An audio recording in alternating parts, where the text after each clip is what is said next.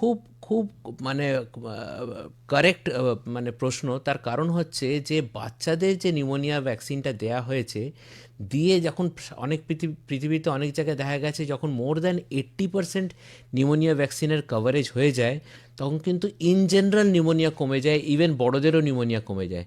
তো general পপুলেশনে pneumonia কমে যায়, এদেরও যাদের ভ্যাকসিনটা পড়েনি। সো কাজে জেনারেল পার্সেন্টেজ অফ নিউমোনিয়াই কমে যায়, নাম্বার ওয়ান। নাম্বার টু হচ্ছে ছোট বয়সে এবং বয়স্কদের নিউমোনিয়াটা ডেঞ্জারাস, সেই জন্যে বড়দেরও নিউমোনিয়ার টিকা দেয়া হয়।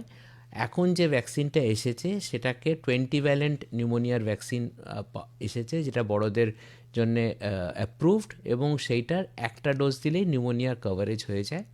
তার সঙ্গে যেটা বলা হয়, যেটা ইনফ্লুয়েঞ্জার ভ্যাকসিন বছরে একটা করে নিয়ে যেতে হয়।